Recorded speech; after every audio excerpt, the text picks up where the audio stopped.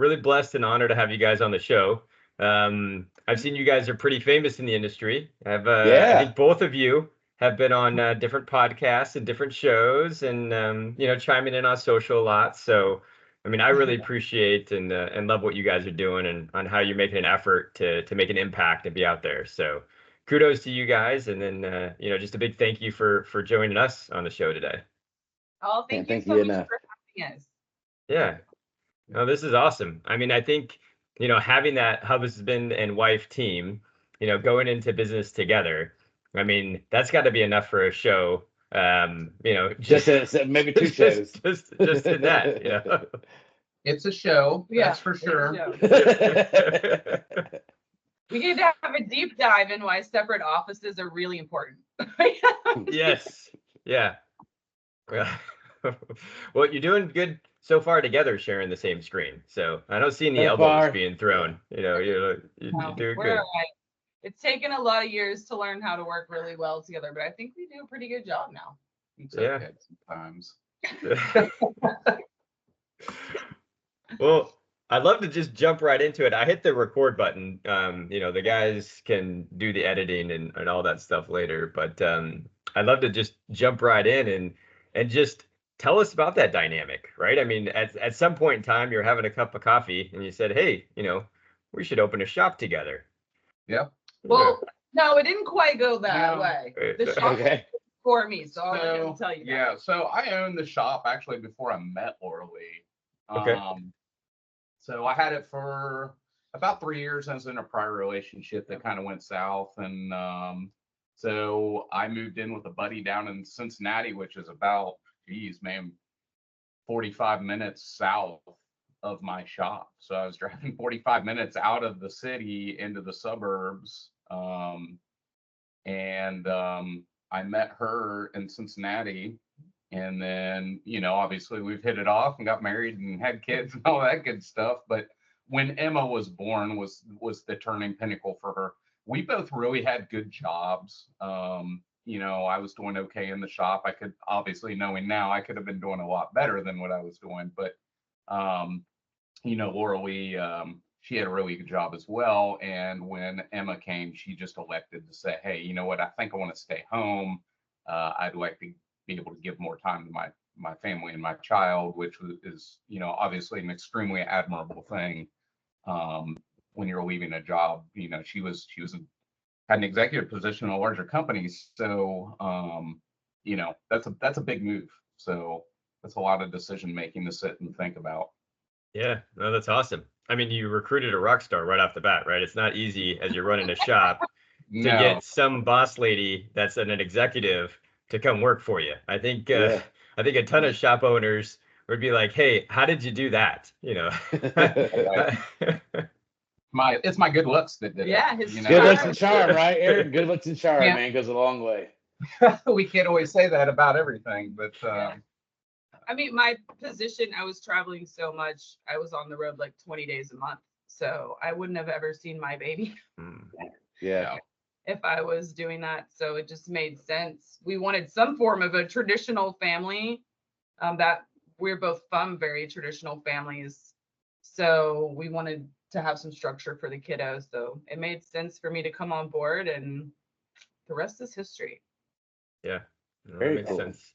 I made a major career change as we were just having our second little girl.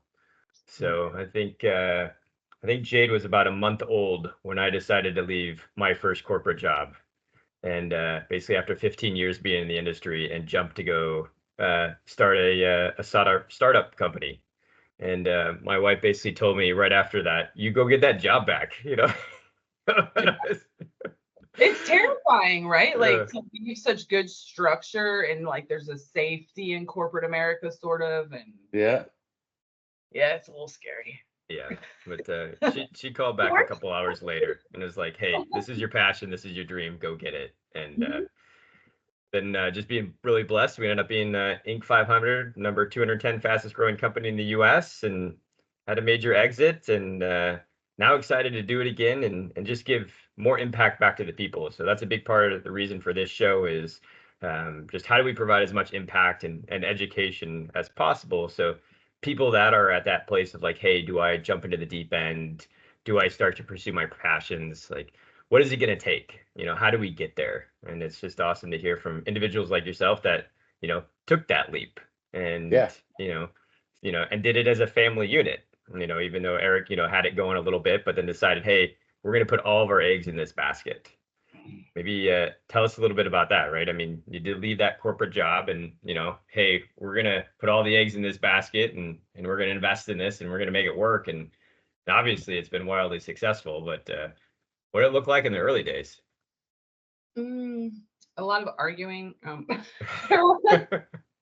So I was really corporate, right? And like, well, there's rules and there's Structure and rules, right? I'm very corporate. And he didn't want that at the shop. They're small, independent. It was like him and did you even have an employee really then? Yeah, like we one or had two? Kyle and we had Mike and then we had No, you only had that one. There We was like hadn't- one dude at the beginning, but he didn't last long. When I like, don't even I don't know. It was obviously very he was not small. impactful to us. It was very Yeah. small. when he came in. He was This poor like- guy's going to be listening to this and being You're like, like, it was great. me. It was Nate. Right, It yeah. was Nate. I don't feel like he's probably listening to us. No. So, but you know, it was very small, and Erich was like happy with that, and he didn't want a bunch of rules and a bunch of structure because he just came from that in a dealership, and it felt very suffocating, right? Like they had all these crazy things in the dealer, and that was what he was trying to get away from. So when I come in and I'm like, process paperwork, let's do some processes, that was not like it for him. But I saw a need for certain things to be able to grow, and I think over time you just kind of merge that together. But it was a lot of like, we shared an office, we don't work the same way, the shop was small. We had like a communal office at our second shop. It was a very industrial building. So I actually built an office over top of the waiting area because we had enough ceiling space in the back of the shop. And it was hot in there. It was cold in there. I mean, there was just, it wasn't a great situation for administrative, but it worked. Yeah, I mean, we got through it. You know, it's just when two people work so differently, and it took me a long time to decompress from my job, like probably a good 6 months to a year of me being sort of mad that I left a career that I worked with. Even though it was my decision, I felt some sort of way about it. Yeah. And then I'm learning this whole new industry. Like I don't know anything about automotives. I came in like, I don't know nothing.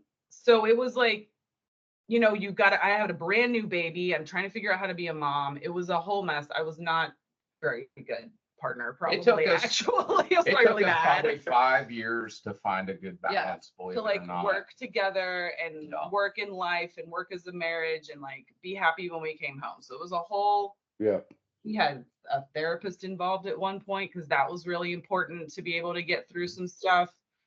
So, you know, and then you just figure it out and you figure out how you work best. And then you get through you think things are smoothed out and you're like, yeah, this is going great. And then something else happens. It's tragic. I don't have a problem originally with like corporate structure. Corporate structure is very important to keep people in line. And if somebody needs to step away, other people know what needs to happen. And, you know, so we have these structures in place to make sure that the company can operate consistently the same way every day, which at the end of the day is what clients are looking for. You know, Right. like if you're to Thailand and you've never been to Thailand before, and you get off the airplane and you're like, man, I'm hungry, because you know you are.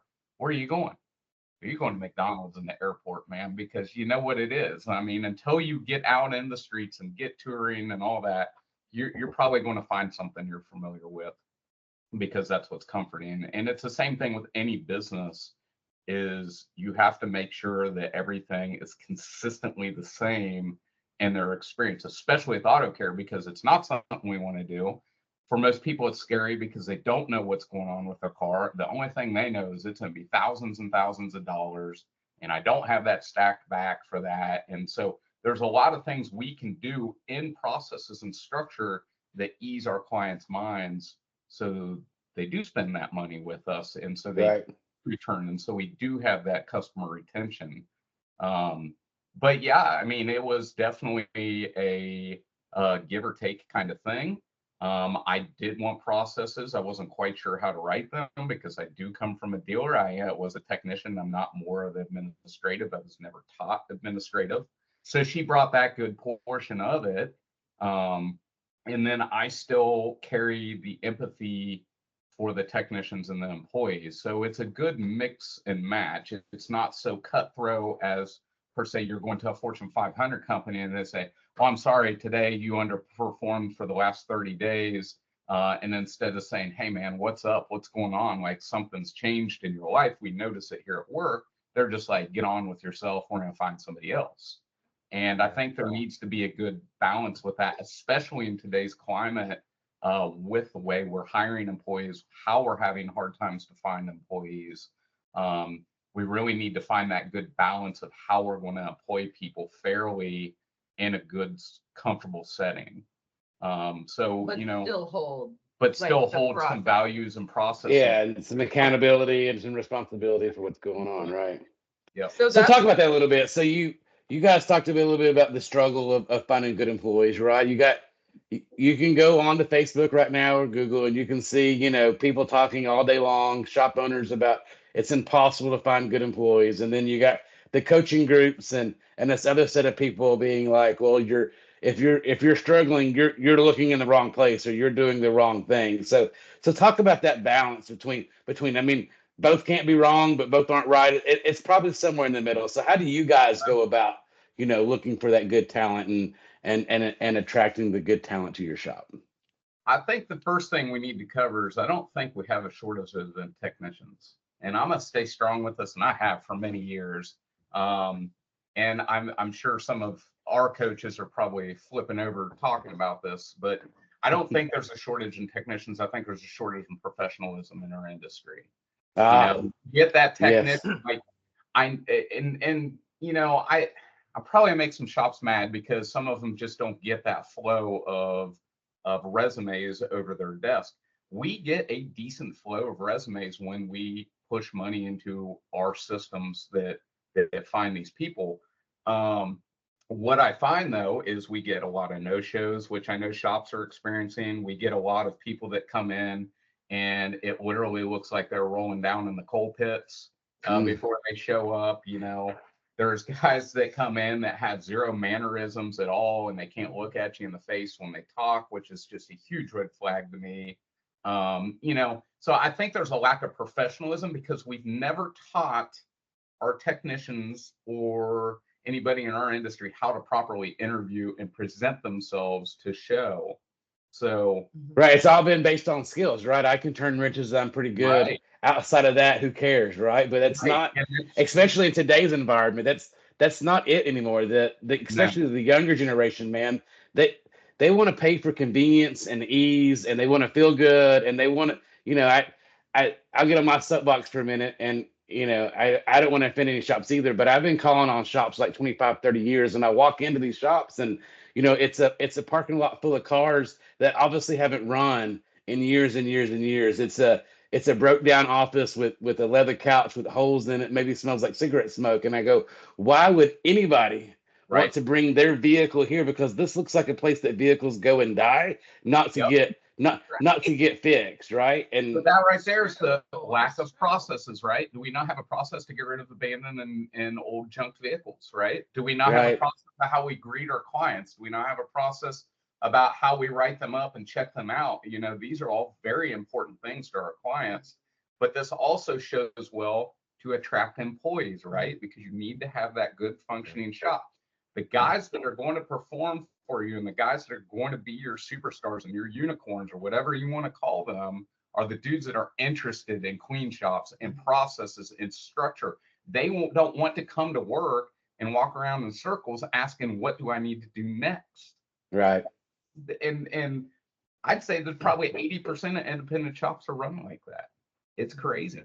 I agree. So where do we close the gap at? You guys seem like you have a good plan. You understand how to go do it. But as I think we can all agree, there's a big gap in where you guys think it should be and where most shops are today. So I know for a fact that we've interviewed over the last couple of years a lot of different technicians, And I've had them literally leave my shop before, thanking me for showing me what an actual auto shop should look like. Letting me know that they didn't feel they were the caliber of technician that needed to be in my shop. Giving them something to strive for. Like I've had some that are like, I'm not ready, but I can get ready. And then those who are like, I want to beat down the door to be here because you don't have 45 inches of dirt on the floor. We hear it all the time. Your shop is clean. Like every single interview that I go to is your shop is clean. And that to me is weird. I feel like it has to start with the shop owners, like putting in effort. We in Ohio have started an auto shop group for the owners to try to like get everybody in Ohio on the same page at least, and maybe we can spread the information. I talk a lot about branding, and so if I'm at some of these different events that we go to, like I've been invited to speak on branding and processes. So I'm trying to bring the awareness as much as possible on that end, because it's not just turning wrenches. Yeah. There is a presentation of business that is so important. And if you're looking for good talent, you want to have the best facility to put the best talent, because the best talent doesn't want to work in a crap hole. Right. But they want expectations too. Yeah. You know, like things. So when we interview people, any shop, any business in the world, we interview and we ask all these questions of this person. Hey, can you do this? Can you do that? How do you feel when you get angry? How do you, all these crazy questions, right? But we never allow them to ask us questions. And it's a reciprocal thing in an interview. And that is a big red flag to me. If I ask you, hey, do you have any questions for me? We went over everything. Here's our expectations in the company. This is how we like to operate. This is how much we do. Like, do you have, and I would say 3/4 of them are like, no, I don't have any questions. And it's a little bit of a flag for me. Now, the high performers that we've hired in the years, they come with notebooks, and guess what they have? Questions. Yeah, questions, right. They want to know how that shop runs. Like, who in the heck take a job, no matter how much the pay is, and it's crap when you get there. Like, like it's bad culture, right? It's toxic, right? Yeah. You can pay me $100 an hour, and if you have a toxic culture, if you have poor structure, if you have, poor management, I'm gone, man. I'm not staying. Yeah. Well, it sounds like you've worked hard to create that culture, right? You've implemented habits and disciplines that, and processes, as you call them, to ensure that you execute at a high level. And I love the fact that, you're training the industry and you're trying to, bring up the industry at that same time. And then I'm gonna keep pulling you back to the beginning days. Okay. Right. So you said, hey, it took about 5 years for you guys to really kind of hit your stride. As you started to get into this, did you create like a business plan? And then did you start to say some like roles and responsibilities between like what the two of you are going to do? Like how formal, how corporate did you get in that? Right? Because I've worked for big corporate too, right? We don't do anything until we get a consultant hired and we talk about what we're going to do. And then maybe eventually have a written to SOP. it. So when she decided to leave her other company and come to ours, it was a very informal thing. Hey, babe, I don't think I'm gonna go back to work. Mm-hmm. Okay, well, we got to figure that out because there's some financial absence there if you leave. Well, I love how real you guys are too, right? There's no sugarcoating it. It is what it is, and we're gonna be transparent. So I appreciate that. We're both very blunt people, and I'm going to say there's probably a good handful of people that don't like us because of that. But it is what it is. I prefer it out of people. Just rip the Band-Aid off, man. But she told me, and I was like, well, okay, we got to figure that out. And we did financially, and it was rough for sure. But my dad was reconciling my parts books and our labor books and just basically our general financial books. Now, my dad comes from the banking industry as a president of a bank. Very corporate. Problem with bankers, if you ever get into a partnership with a banker, I don't recommend partnerships, but if you ever did, don't do that because they are not risk takers. They are bankers. My dad is an old school guy that doesn't take risk. And so she came in, she's got fresh new ideas. She's not from the industry. So, you get that good, fresh perspective from things. And she started coming in, and Dad's teaching her how to look at books and reconcile slowly over a year's period or so, because he just dropped the ball on me one day and said, "Hey, in January, I'm done." And I'm like, well, he's retired. So, I can't be like, well, what do you mean you're done? Like, he 20 years prior to that. But this is your dad. Yeah. And for that. So she came in and learned all of that stuff. And we grew pretty stagnant right in that area too. So that is when I actually reached out to Ratchet and Wrench, because we had no structure, no policies, no nothing. I hired guys. All I wanted to do was crank out cars and make money. And I didn't know if I was profitable, if I wasn't. I just knew if I was filling my bank account or it was going backwards. So what a terrible way to run a business. But that's kind of what I did, because I didn't know any better. So she came aboard, and I realized that we were stagnant at about $500,000 roughly, give or take. And I didn't know what to do. I moved some stuff around. We tried some different things within the business, kind of haphazardly. There wasn't really any increase or decrease. And quite honestly, we weren't doing the greatest job of measuring the stuff anyways. So who knows? But I reached out to Ratchet and Wrench because I didn't know who else to go to. It was a publication that I always got in the mail. I'm like, man, I'd love to be one of these shops one day looking at their spread. I got 15 people, and they're doing $3.2 million a year, and they got this 12,000 square foot shop. And I'm like, man, I'd love to be there one day. And so I always use that to motivate me.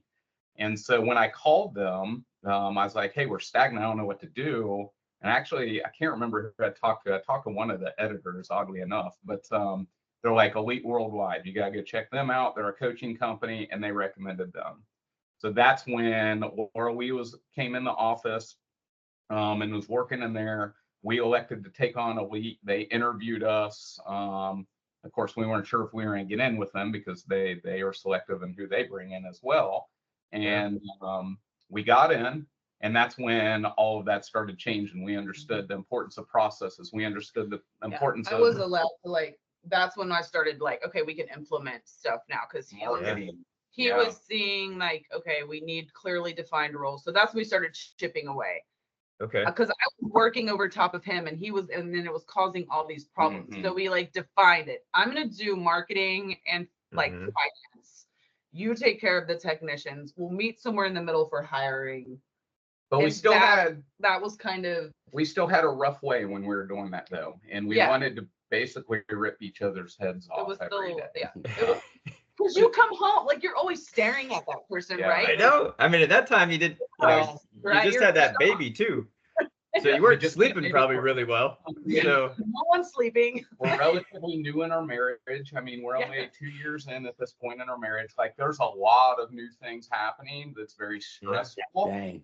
And so we were at each other all the time. And the thing is she has these fresh new ideas, and here I am trying to be traditional in my industry, which is obviously not something we should be doing, because the traditionalities are bad. But I saw so many opportunities from the moment I walked in the door. I saw all these opportunities that auto shops were just not grabbing. And I'm like, oh my God, if we can do this will set us apart from this. And then we can keep moving with that. And nobody wanted those ideas, because it was traditional auto care. And then there was a banker stopping me from spending any money, because I'm risky and I'm a spender. And I knew we were going to have to spend money. Yeah. And my father-in-law, I love my father-in-law. He's a wonderful man. But I was like, we're going to put money into marketing.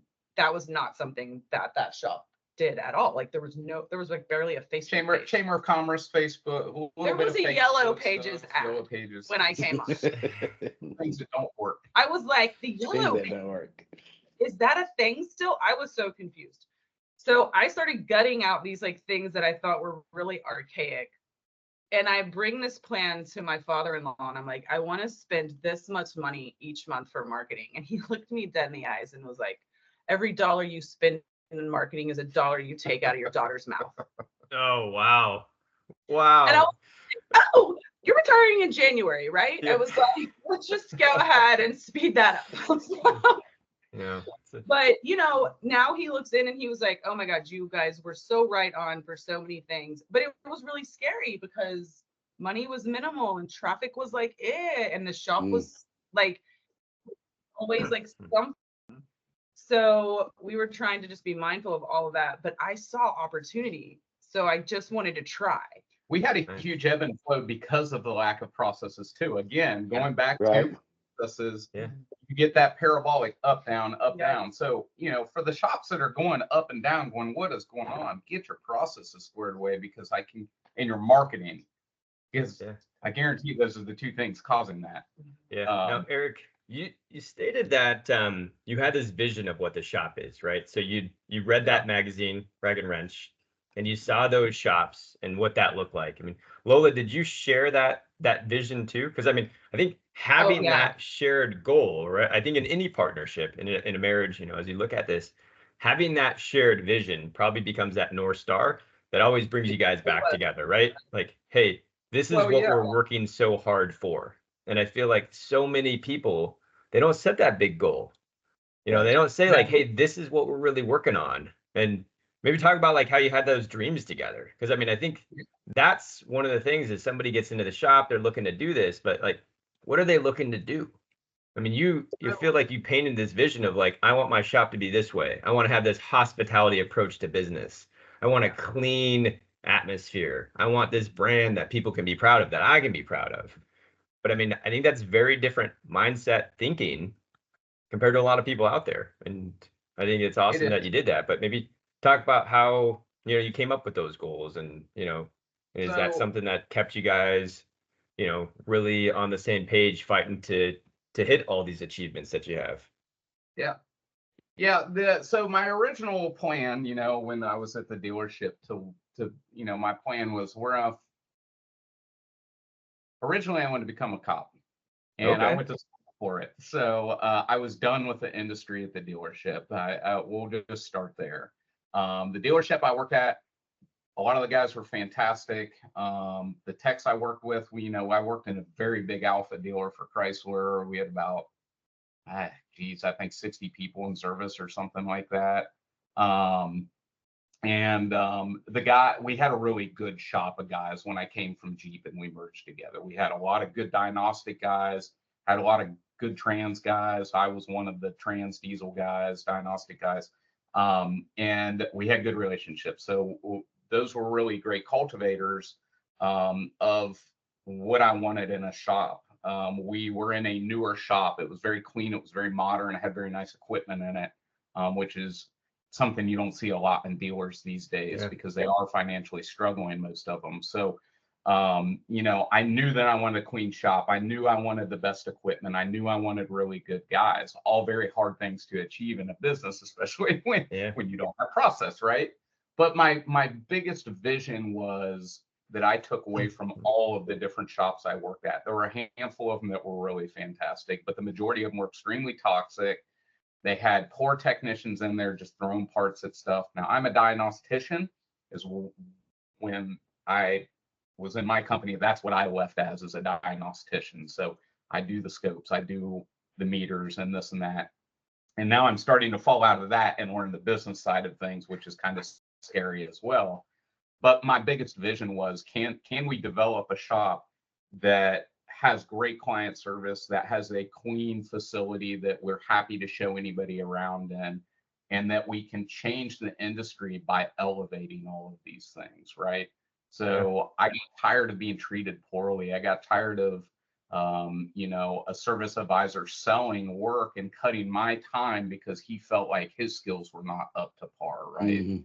So, and then the biggest thing that made me jump ship is I had a service writer that actually, you would ride up, say, a minivan for, a bunch of work. And the next thing you know, you have a fuel service and a coolant flush with it. And I'm like, dude, did you even look at history? Like, it's already been done 3 months ago. I don't care if they bought it. It's fine. And I'm like, I'm not doing that, dude. And we butted heads a lot because I would finish those tickets and I wouldn't do those jobs. And I wrote that on the ticket to make sure they didn't get billed to that client because I knew. So I did not want to see that stuff. I knew that's what was breaking our industry. You talk to, all you have to do is go out in the general public and then say, what do you think about auto care? Lord, Not do you want good. to go ask that question? Yeah. You know, we knew the changes we wanted to make was to elevate employees' working conditions. We wanted to elevate the management. We wanted to elevate the training aspect of things and the marketing and the entire industry as a whole, because it's broken. And we spent the last 100 years breaking it because we're like, well, what do you need done to your car? We do the only concern, we ship it out the door. It's got 500 other concerns. You know, that's a disservice to the client. Undercharging is a disservice to the client and ourselves. You know, so there's so many things that we needed to change, and those are the things I wanted to leave to do. And I was kind of pushed into it because when I went to school for law enforcement, that's when the housing market crashed and all of the counties around me went on hiring freezes. So I'm out. I don't get a job, right? No matter how much I apply. And I needed to make a change. The dealership was dying. My pay was cut almost in half because, you know, we're flat rate guys. And I had to jump ship. And it was the point where it's like, hey, let's try to make this change. What's the worst that happened? I'm either going to go bankrupt here or go bankrupt there. So let's at least do it, trying to make a change into the industry. And again, I go back to that professionalism, man. Like, I'm so tired of working with these guys. They come out of the backwoods with, you know, 3 teeth in their head and torn shirts and everything else, and cussing and acting a fool in the shop when they shouldn't be. And you know, so I'm not into that stuff. I want a professional industry. You look at all of these other industries and how they carry themselves, and we're one of the very few trades that don't carry ourselves well. And that's why we have that bad stigma as well. Because if you don't think the public sees that, you're crazy. I mean, I'm not in the healthcare profession, but I know a lot of people that are, and you see it, right? I go to doctors, and I equate, you know, the auto industry a lot to the healthcare profession. I mean, it is right below. I mean, I think about cars. I mean, outside of somebody that owns a house, which is getting less and less in America, car ownership is still a viable thing, and it's besides our bodies or our house, our car is usually our most expensive asset that we have, and our most the way that we make money, right? Most of us cannot make money without a car. And I just think about, like, you know, that old saying, doctors practice medicine, but, you know, auto technicians fix cars. It's not really the same. I mean, you should practice fixing cars. And imagine going to your doctor and the person that you meet is that guy with the 3 teeth and the torn shirt who's going to check you in, right? And then you see a bunch of sick people just laying around that obviously haven't been taken care of, and a lot, you know, I mean, I just kind of equate that to that, and not to harp on that. With it being 2024, I know a lot of things have changed, obviously, technology-wise, since you first got into this business and you first opened your shop, and you touched on a little bit with the tools and all that. What role does technology plays in your shop today? How do you balance kind of that element of having the right technology and automation, but still that human element of building the work processes, right? Because I can sell you all the best technology in the world, and if you don't have some, like, written out processes to help that technology work, it isn't going to help you the way you want it to. So yeah, tell us about the role of technology, how you use it, and what that balance is. Well, it's not an exact science, first off, with client care to technology, right? And let's think about this. You are going to buy differently than a 22-year-old that's in college still, right? Correct. Right there, right off the rip, your technology changes and how we communicate. We use TechMetric. We really like the program for the most part. You know, we all have our days with the program. I'm sure I'm one of them that gripes on the board, but it's a good program overall. I mean, and we really like how you can text. And then our CRM program from Atfield with Jeremy Glasgow, his system's really good and pairs really well with that. So all of these things and how we have these multiple communications is very important in how we start off with a client, because you may want to come into my shop and talk directly with me, but that 22-year-old girl that's in college is texting me. She's setting an auto ops appointment online, and she doesn't really want to deal with us directly. You know, what's wrong with my car? Yeah, go ahead and do that. Let's get it done. But it's all done electronically. Our older clients prefer the face-to-face over the counter. I prefer that, honestly. And that's a different elevation of client service, of opening the door for them, showing them their car, checking them out in a certain way, as opposed to the online, hey, your car's ready via text. They don't need that client service or that hand holding because they're probably mostly introverted and they don't want to deal with those sort of things. So a text message that's simple, that you're done, is perfectly fine for them. And you're going to get a good review for that, as long as you're prompt and say what you do, or do what you say. So as opposed to, my parents are going to come to the counter. They're going to do it the old school way. They're probably going to write you a check, you know, I mean, so it's might even try to haggle with you for a few cents, right? So yeah, so that is how that starts with the client service, utilizing that technologies. How do we appropriately communicate with these people? And one size doesn't fit all kind of thing. And then it comes all the way back to our inspection process and our diagnostic processes. They come with pictures and text and documentation and all of these things. I can tell you that we have a local shop that we've gotten an influx of people from lately. I'm not sure why. I think they're a relatively good shop. I think most of the shops in our town are trying to do the right thing and are good shops. Some of them struggle more than others. But we have had a little bit of influx. And the one thing is they use a similar system to us, and an inspection process. We just inspect better than them. And the two of our clients that came in willy-nilly noticed that. And that was the first thing that they told our service advisors, like, hey, I really appreciate the depth that you went in. We have not seen that from another shop. We really appreciate how you send that to us and how you communicate those issues to us. So that in itself tells you something right there, that you're elevating above other shops. And I'm not trying to outdo shops. I am. But I'm trying to elevate the Why not? to the point to where other shops in our industry are looking at that and kind of forced to bring and elevate themselves as well to keep up. So what you do though, when you install all these fancy things, and we have excellent equipment in the back, we have some shop things that other shops don't have. Diag equipment other people aren't investing in, right? We know that was important. But what happens is, like, you do reach that level and then everybody expects it, and you have no opportunity to ever drop below that level. So you have to have people who are consistently willing to bang out on a high achieving level at all times, because you've set an expectation for your customers and a baseline, and they don't want anything less after that. So now we're continually like upping it and upping it and pushing it. We continually talk about elevating service. Have to, and just to add into that real quick, to elevate that service, you must understand that you just cannot implement TechMetric and AutoOps and all these fancy little programs. You have to train your people to utilize them and to stick with them. My guys check all of that stuff 100 times a day. It's up on their screen all day long, replying text messages, to do all that. The promptness is everything when it comes to our younger generation that don't want to wait. And if you don't respond with them in 5 minutes, they're on to the next.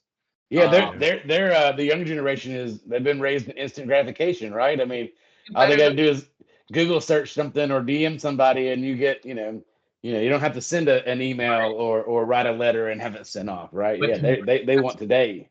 To make that successful, though, you have to train your clients as well. It goes beyond training your employees, clients train to your processes and make sure that it's the same thing as when you're hiring. Your expectations are my expectations are this. This is how our relationship's going to work. And as long as everybody's on that same page, man, we get complaints like every other shop. We get bad reviews like every other shop does. A lot of them are, of course. You're going to get that because not every single person meshes personally. You can't please everyone. And yes, and some expectations are just a little out of the ordinary sometimes. Gotcha. So kind of recap that, and you tell me if I'm wrong and how I kind of just, listen to what you were saying. Like you gotta have the right technology and processes in place. And then you have to understand your customer and then meet them where they are, right? You're never going to get them to come where you want them to be. I mean, eventually you will. But you got to go meet them where they are and understand them. And that might mean that you need some diversity and some variables in place inside your shop, right? To meet all the kind of demands of your customer. Very cool. Absolutely. Yep. I think you really have to know who your customer base is. I recognized very early he had a lot of women that came through his shop. I noticed we're in a military area, so we have a lot of families that are constantly on the go. Like the man is gone, he's off being employed, and so we have these mamas in town. So when we implemented curbside service for people, the military moms were so happy because they're like drowning with these 4 kids and they don't want to pack them all up and take them to the auto shop, right? So we were speaking to like, stay in bed, let me come get your car for you, like snuggle up your babies, it's fine, you don't have to go anywhere. And then when we saw this shift from where like all of our original clients, their kids were starting to drive at this point, I knew if we could implement an app, because that was how shoppers were shopping, that we would gain a lot of loyalty if we could make an app. So like 7 years ago is when we brought in AppField, and I sat down with Jeremy and we worked on like what we could do for auto care. And that has been gangbusters for us. I have different loyalty inside of that and a whole different type of marketplace over there than even what's going on in the daily flow. So if you can just find your niche of customer and speak to them, it really does help like boost, I think, the entire situation. But you have to put work in. Like then you're putting work in, and you're putting a little bit of extra money in. Yeah. But that's important for growth. I mean, business is hard and it takes a lot of work. And I think a lot of people think that once they make a little bit of money in the business, they got it going on. No, you have to work harder. Can tell you that for us. Yeah, for sure. Well, once you set those high standards, right? Now you set the disciplines and the habits to keep those standards high. And I always look at it similar to the hospitality business. Like you need that consistency. And when you walk in, there's a specific way that you expect to be treated. There's a specific way that you expect that food to be served and to taste. And, Eric, you referenced it way back in the beginning, like, hey, when you land in a foreign country, you want something that you're going to be, that's similar to you. And, creating that consistency is extremely important for your business. And I feel like understanding your target market and your audience, Lola, that you're just talking about, who those military moms are and how you're going to, relate to them and how you're going to make sure that they have this, best in class experience is fantastic. So many people don't understand, like, hey, who are the customers that I'm trying to attract? Right. And then who are the customers that are coming to my shop and how do I get more of those? Because then I can be so much more effective and efficient in my marketing, how we work on the cars, how we treat the people, because it's a lot more of the same kind of target market audience that we're going after.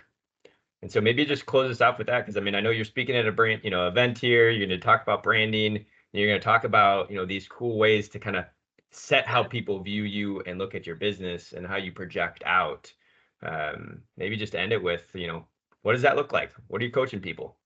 And maybe even think about that person that when you first came into the shop, maybe not the guys that are now, because your audience in the, for that conference, maybe very different, people that are getting to that next level. But if you had to go talk back to yourself, right, you just had that baby, you're getting into the shop, and you're going to talk to that person about branding, and you're going to talk to them about marketing and finance and how you make a difference to grow this business, to protect your family. Like, what is that conversation?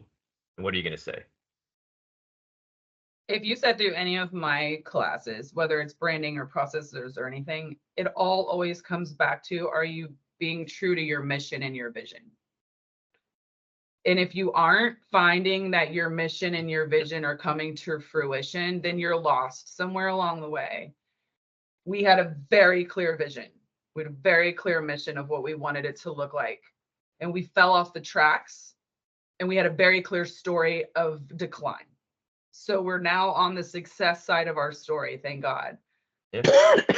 You have to stay true to your mission. And if you don't know where your ship is supposed to be sailing, that is where you will get lost. So before you can brand, before you can go get technology, before you can ever spend $1 in marketing, are you being true to your vision? Because that's the only way that you can know how to brand, know how to find your customer, know where to put money that makes sense. So for us, I'm consistently going back. Are we hitting integrity? Are we hitting excellence? Are we hitting superior service? And then does it look like we want it to look? And that's what I urge everybody to do, is sit with your mission and your vision before you take any movement, and then support that from that angle. And when you're being true to that, things seem to click in place a lot better, and you don't have so many questions. You need to share that with your team. Yes, and they need to know. The team also needs to understand how your business works financially and process-wise. This is no secret. Like, if you have a team and you're playing football and nobody knows the play but you, I mean, it's probably not going to go well. But the biggest thing I see, and I'm going to say Lucas Underwood hit it on ASOG the other day saying it, and it very much resonated with me, is with what she said, you have to make sure that the team, that's exactly what they are, a team, right? So they have to understand the financial side of business and the importance of how the profits are made. They have to understand how the processes were developed and thought of, and how are they written in, and what changes. You know, it's okay for an employee to come and say, I don't think this process is working, man. Like, we don't know anything. I don't know nothing without these guys. So it's important. Yeah, and your team, along with that, like, if those people aren't bought into your culture and in your vision and into your mission, like for us, you need to be service oriented. You need to love people. When I hear somebody like at the front, I don't even like people. You aren't my person. Yeah, no. What are you talking about? You don't like people? Like, you're literally taking care of their whole car and family. Like, I get that we all have these days where we don't like people, but there's a certain, I don't know, there's a certain attitude that we're looking for inside of our mission and our vision. We've had those people who didn't fit the culture or the vision, but they were a good technician or they were good on a phone. That stuff doesn't matter at the end of the day if they can't elevate with you. So every single person in that team and the people that you market to need to all want your vision. I'm not looking for every customer. I don't want every person in Springboro to come to my shop. Sorry, Springboro, I love you. But I don't, like, they're not all my people, you know? Right. Not every customer is the right customer. Specific people. Not all money is good money. My papa always said that to me. And it's so true. Some people's money will get you tied up in some nonsense if they don't follow along with your values. Yeah. So for us, that's where you got to hone in. Yeah. Not every dollar is worth the same. My grandfather told me that. Yep. There's a lot of power in there. And I think we forgot because we're all like money hungry and everything costs so much. We're just trying to scratch dollars together. We're just trying to get every dollar that we can. And we realize that, you know, this dollar just cost me $10. So great. Exactly. It's true. Yeah. It's definitely all about the people that you hire and the processes that you put in place. Yep. And I love hearing your origin story, and I love hearing about your big vision. And I think we're gonna have to have you on again because I want to know how big that next vision is. Yeah. And you know, and what you guys are really shooting for next. So I love that. I love that. Very cool. Well, thank you both so much for joining today. I know you live busy lives. You have big family, big dreams, and this has been super special. So I really appreciate it. Super special. Thank you guys so much. We will talk soon.